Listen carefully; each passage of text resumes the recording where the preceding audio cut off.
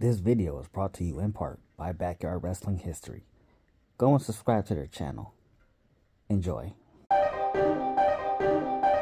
Welcome to Madness, my Hatters. In this world, you will find strange tales, twisted adventures, and curious thoughts that dare to challenge the boundaries of imagination. Welcome to Diary of the Mad Hatter.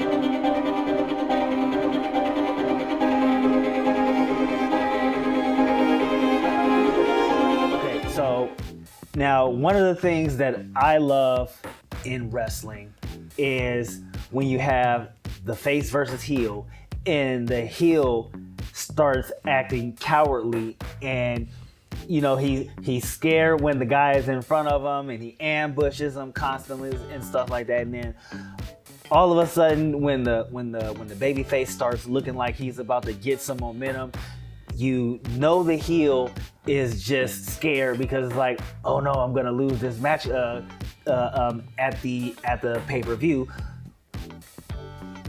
Did you guys ever try to emulate those sort of situations when you were doing backyard wrestling? So what you're talking about here is psychology. Psychology, yes.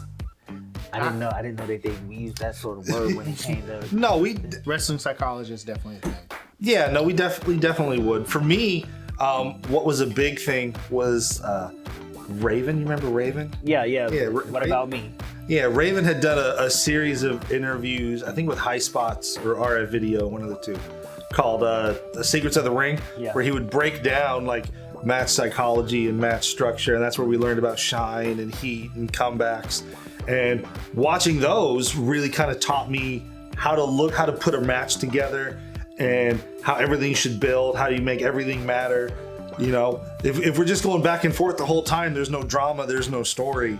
But if you have the baby face, get some shine in the beginning, and then the heel has to cheat to get the upper hand, and then the heel gets most of the offense in, and the baby face is trying to make a comeback, and the heel keeps cutting them off, and then the baby face makes that fiery comeback at the end. Now there's drama. Now people are invested. So doing that, watching shoot interviews, listening to as much stuff as I could to just kind of figure out like the ins and outs. And then once you start hearing that, you start noticing it on TV, and you start saying, oh, I get it now. And you start figuring out what they're doing.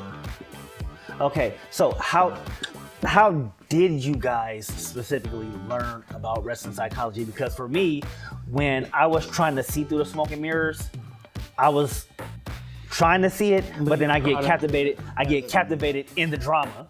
So how did you manage to be able to block it out and still be able to understand and learn without getting brought back in to what you're enjoying?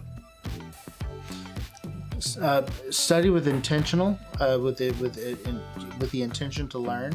As Phil mentioned, you watch interviews with wrestlers. It's having a resource like a wrestler come and tell you how this works is better to learn than just simply by watching. Because if somebody is really a good magician, you're gonna have a hard time figuring out how the trick works by just watching them.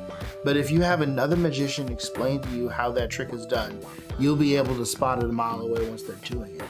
Okay. So, or if you watch a poor magician try to, a magician, not a magician that's broke, but a magician that's not very good. Okay. Like you'll be able to see like, oh, well, this is where the bird was supposed to come from because they're making mistakes, right? Right.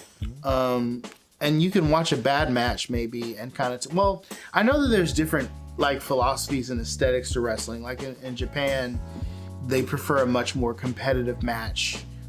Doesn't matter what story you're telling.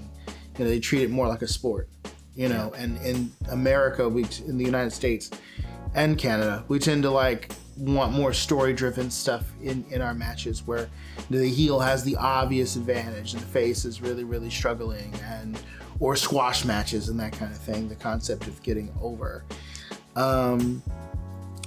Anyway, I didn't mean to go off. No, I was gonna say, a lot of it was also just trial and error. Yeah. When we had that audience, we're getting instant feedback to everything we're doing so we can see what works and what doesn't work.